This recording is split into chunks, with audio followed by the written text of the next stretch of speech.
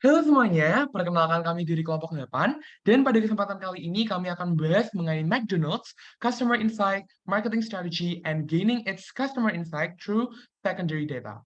Dan pada kesempatan kali ini, kami ada 5 orang, yaitu ada Salva, Rio, Rizal, Farel, dan juga Komang juga. Hai semuanya, dan setelah ini kami akan bahas mengenai McDonald's.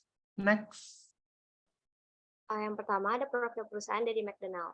Nah, McDonald ini merupakan jaringan merek restoran fast food terbesar di dunia yang diawali pada 1955 di California, Amerika Serikat. McDonald's hingga saat ini telah memiliki ribuan restoran yang tersebar di lebih dari 100 negara, salah satunya Indonesia. Nah, McD ini punya visi dan misi. Visinya itu menjadi restoran cepat saji dengan pelayanan terbaik di dunia. Untuk mencapai visi ini, McD selalu menjamin mutu produk-produknya, memberikan pelayanan yang memuaskan, menawarkan kebersihan dan keamanan produk pangan, serta nilai-nilai tambah lainnya. Senyum konsumen adalah hal penting untuk McDonald's. Sedangkan misinya adalah yang pertama, menjadi perusahaan terbaik bagi semua karyawan kami di setiap komunitas di seluruh Indonesia. Yang kedua, menghadirkan pelayanan dengan sistem operasional yang unggul bagi setiap konsumen kami di setiap restoran cabang McDonald's. Dan yang terakhir, terus mengalami perkembangan ke arah yang menguntungkan sebagai sebuah brand, serta terus mengembangkan sistem operasional McD ke arah yang lebih baik lagi lewat inovasi dan teknologi. Boleh next? Nah, selanjutnya adalah dari McDonald's kami mengambil KFC sebagai kompetitor yang bisa dibandingkan. Dan KFC sendiri adalah jaringan restoran cepat saji Amerika yang berkantor pusat di Louisville, Kentucky dengan spesialisasi menu mereka yaitu ayam goreng. KFC juga merupakan jaringan restoran terbesar kedua di dunia yang diukur berdasarkan penjualan setelah McDonald's dengan 22.621 lokasi secara global di 150 negara pada Desember 2019. Dan alasan ini yang menjadikan kita memilih KFC sebagai kompetitor yang bisa dibandingkan dengan McDonald's. Berikut juga ada visi dan misi dari KFC sendiri. Oke, sekarang kita masuk ke pembahasan yang pertama, yaitu mengidentifikasi 4P, Product, Price, Place, and Promotion. Nah, untuk yang pertama, kami akan mengidentifikasi dari perusahaan McDonald's. Boleh, next. Oke, kita mulai dari produknya terlebih dahulu. Untuk McDonald's sendiri, untuk produknya, mereka melakukan diversifikasi. McDonald mungkin terkenal dengan burgernya, tetapi ia juga menawarkan berbagai item menu lainnya yang mengesankan.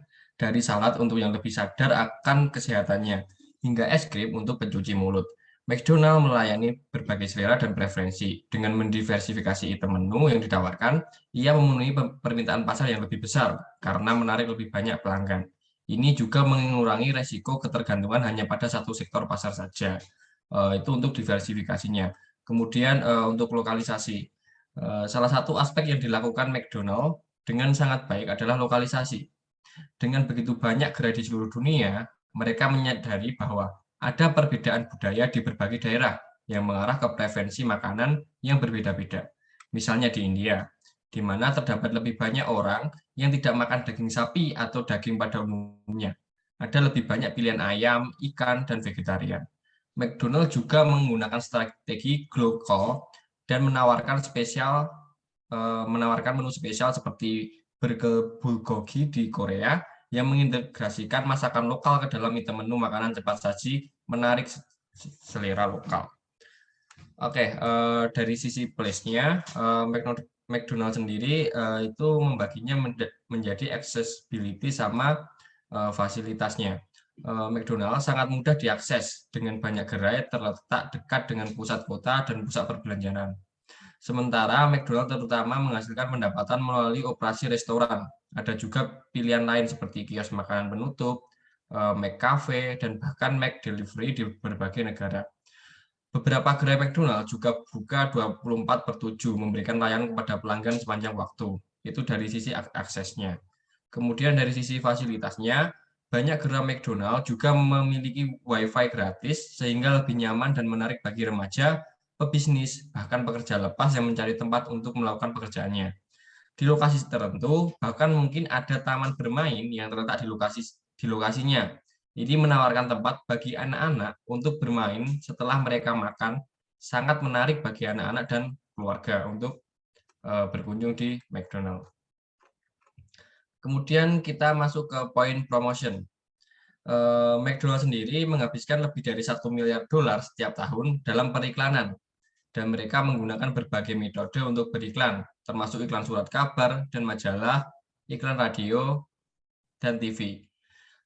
Tak lupa juga posting media sosial, dan masih banyak lagi. Ada beberapa aspek periklanan yang dilakukan McDonald dengan sangat baik, yaitu simbol dan slogan, co-branding, tanggung jawab sosial perusahaan, dan lain sebagainya. Kemudian untuk price-nya, McDonald menawarkan harga paket. Mereka secara aktif menggunakan harga bundle saat menawarkan makanan yang lebih murah daripada memesan burger atau minuman terpisah. Dengan harga diskon ini, pelanggan cenderung membeli lebih banyak barang untuk memaksimalkan nilai. Selain makanan combo, makan bersama keluarga juga merupakan cara lain untuk mendorong pelanggan berbelanja lebih banyak. McDonald juga menerapkan harga psikologis. Banyak item menu juga diberi harga yang strategis menggunakan harga seperti 0,95 atau 0,99 daripada dibulatkan menjadi $1. Hal ini membuat pelanggan menganggap barang lebih terjangkau, mendorong mereka untuk membeli lebih banyak. Boleh next. Baik, sekarang kita akan mengidentifikasi dari kompetitor McDonald, yaitu KFC. Dari sisi produknya, KFC terkenal dengan kentang goreng dan sandwich ayam kelas dunia. Tetapi daftarnya tidak berakhir di sini. KFC terus memperkenalkan item baru ke menu mereka, dan itu memenuhi tindakan menjaga pelanggan selalu waspada. Fakta bahwa KFC terus memperkenalkan item baru di menu mereka membantunya membangun strategi produk yang kuat dan karenanya mendukung pemasaran. Berbagai produk KFC yang terkenal dan diminati adalah burger, mangkuk nasi, sayap ayam tanpa tulang, dan masih banyak lagi. Dari sisi harganya, KFC menggunakan kebijakan harga yang diskriminatif dengan semua produknya. Produk memiliki harga dan peringkat yang berbeda. Selain itu, KFC menggunakan teknik skimming harga dan teknik penetrasi pasar pemasaran. Ini berarti bahwa ketika pesaing memasuki pasar, KFC menurunkan harga secara besar-besaran dan sambil memperkenalkan produk barunya. KFC menjaga harga tetap minimum dibandingkan dengan kompetitor lainnya untuk menarik perhatiannya masing-masing. Untuk poin promotion, KFC menjadi salah satu raksasa makanan terbesar mempromosikan dirinya dengan penuh semangat. Promosi terutama dilakukan melalui iklan televisi, surat kabar, majalah, dan papan iklan.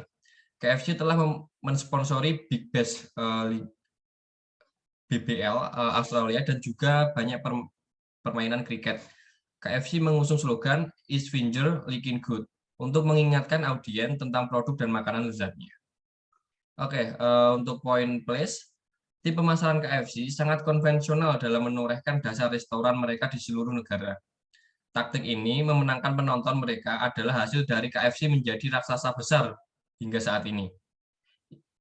KFC memiliki lebih dari 15.000 outlet di 100 lebih negara yang berbeda, dan tentunya KFC dan outletnya. Semua gerai KFC telah dibuka secara strategis di daerah-daerah di mana sekolah, perguruan tinggi, kantor atau lembaga pendidikan lainnya berada. Ini karena kaum muda jauh lebih memanjakan diri dengan produk-produk makanan cepat saji ini daripada penduduk negara yang lebih tua. Next. Baik, thank you Rizal buat penjelasannya. Nah, di sini teman-teman saya akan bahas mengenai segmentasi-segmentasi relevan yang digunakan oleh McDonald, yaitu yang pertama adalah geographic approach, demographic approach, behavioral approach, dan juga yang terakhir adalah psychographic approach. Nah, di sini yang pertama saya akan membahas mengenai geographic approach terlebih dahulu. Nah, geographic approach itu berhubungan dengan the where, yang berarti McDonald melakukan segmentasi berdasarkan lokasi-lokasi yang bisa dijangkau oleh pelanggan. Dan hal ini dibagi menjadi dua kriteria, yaitu region dan juga density. Dan juga untuk yang region tersendiri itu terdapat domestik ataupun international, yang mana juga density-nya itu terdapat urban dan juga rural. Nah, realisasinya ini teman-teman dapat kita lihat pada usaha McDonald's untuk menyebarluaskan gerai-gerainya ataupun franchise-franchise-nya di negara-negara yang ada di dunia dan menciptakan segmentasi bergantung pada negara-negara yang mereka targetkan. Nah, McDonald juga lebih mengutamakan untuk mengenalkan produk mereka di daerah urban karena masyarakat-masyarakat yang ada di daerah tersebut lebih mudah terpapar terhadap produk-produk baru yang diperkenalkan oleh McDonald daripada daerah yang masih rural. Next. Nah, kemudian nih teman-teman, ada demographic approach, di mana hal ini sendiri itu membahas mengenai the who, yaitu McDonald melakukan segmentasi berdasarkan perbedaan-perbedaan dalam diri manusia yang bisa diobservasi. Dan kriteria-kriteria yang kita pakai pada demographic approach kali ini adalah umur, gender, income, dan juga pekerjaan. Nah, umurnya sendiri nih teman-teman, itu adalah all age, gendernya adalah male and female, income-nya adalah low and middle, dan juga pekerjaannya adalah students and employees.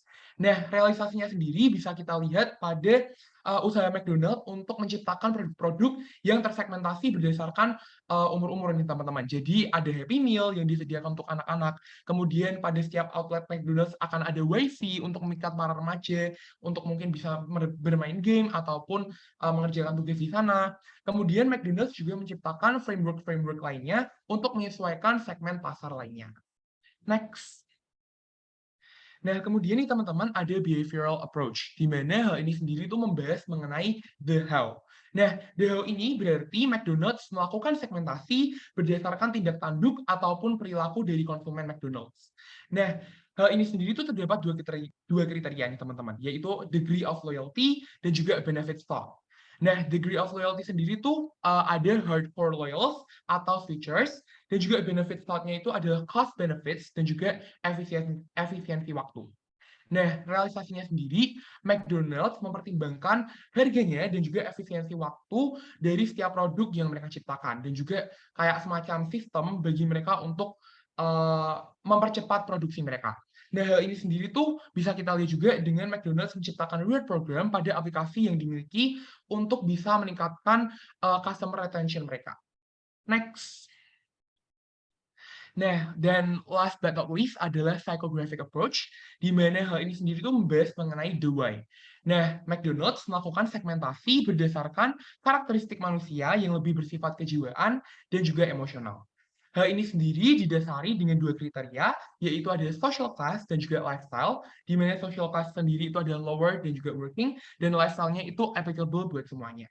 Nah, realisasinya adalah McDonald's mempertimbangkan pola waktu dari setiap konsumennya, yang santai dan juga kerja dari setiap pelanggan-pelanggan yang mereka miliki. Next.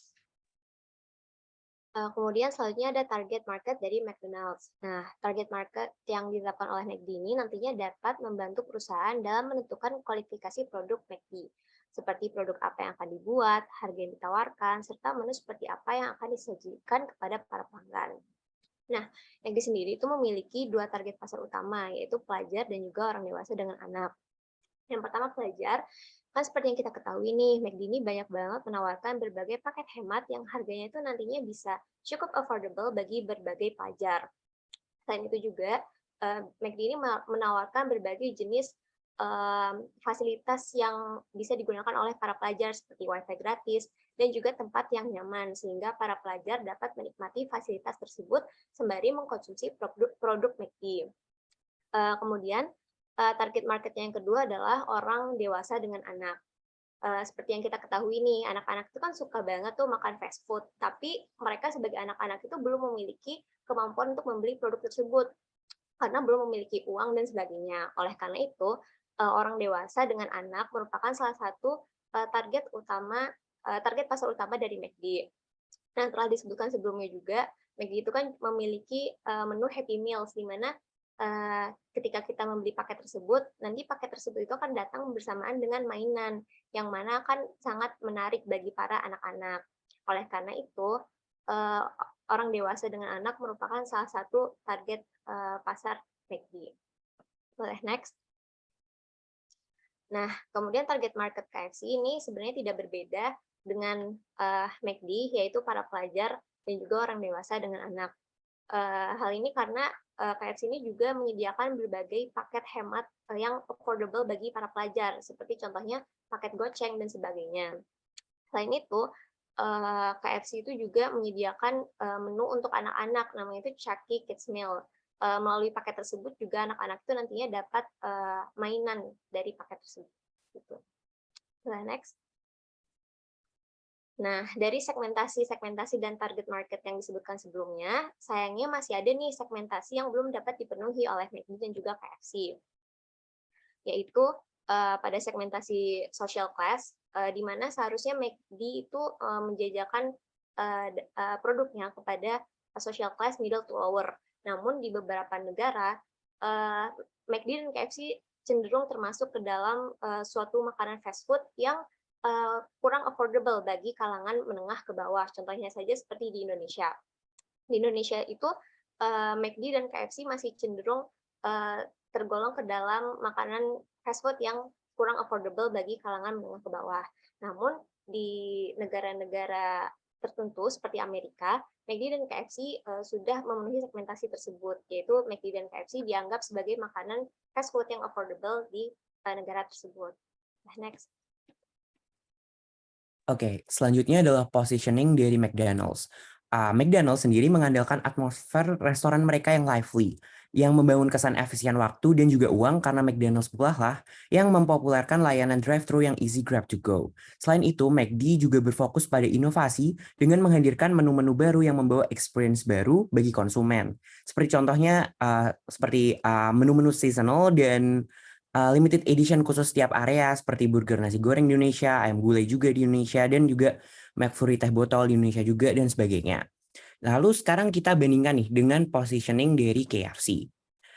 Nah, di KFC sendiri, KFC itu mengunggulkan restoran mereka yang warm, sehingga memiliki kesan family-friendly restaurant. Berbeda dengan McDonald's, KFC justru berfokus pada adaptasi nih, di mana mereka mempertahankan menu yang sudah ada untuk terus cocok di lidah konsumen setempat.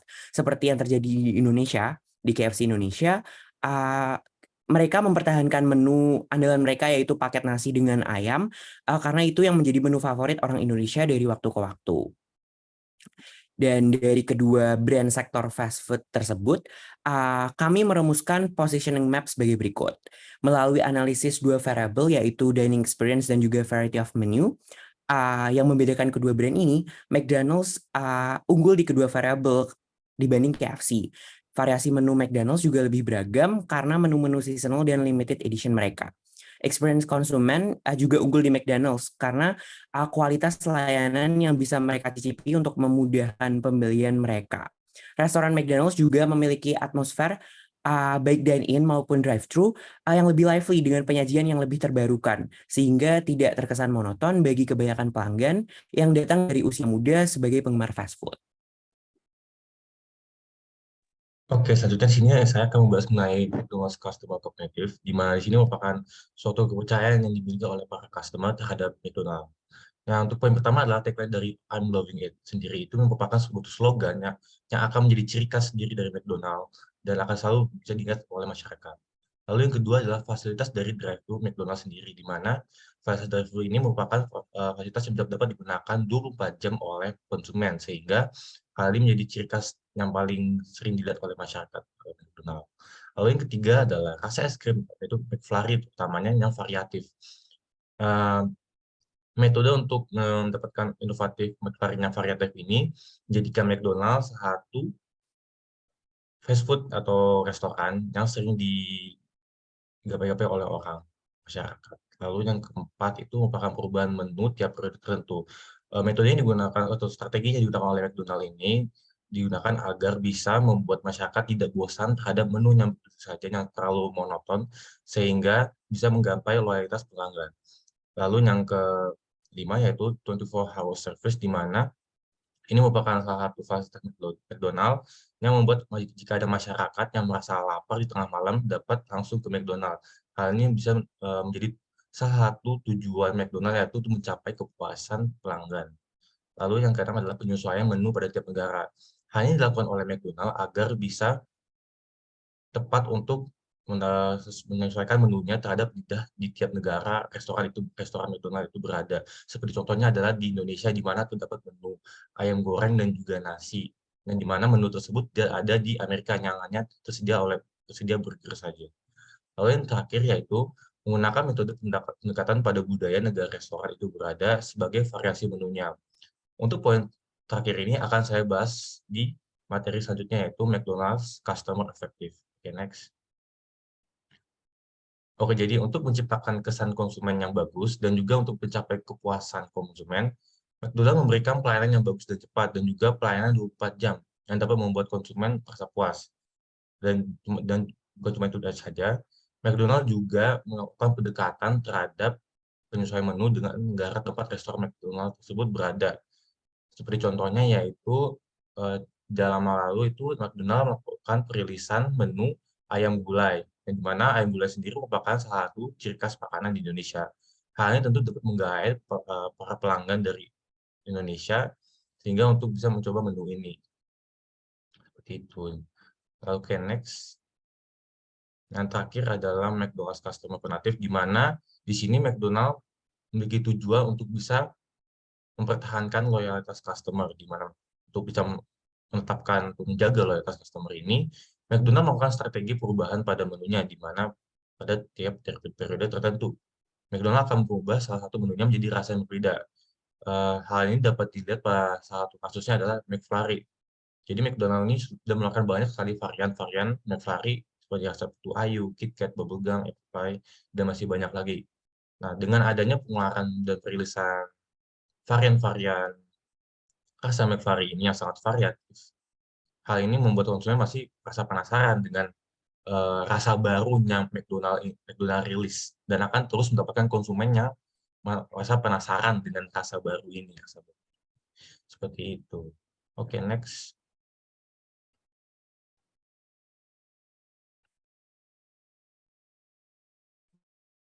Oke, baik teman-teman. Jadi ini ada dasar pustaka yang kita pakai buat penelitian kami kali ini dari kelompok 8 yang telah membahas mengenai McDonald's Customer Insight Marketing Strategy and Gaining its Customer Insight through Secondary Data.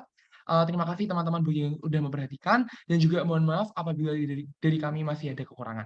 Assalamualaikum warahmatullahi wabarakatuh. Thank you guys.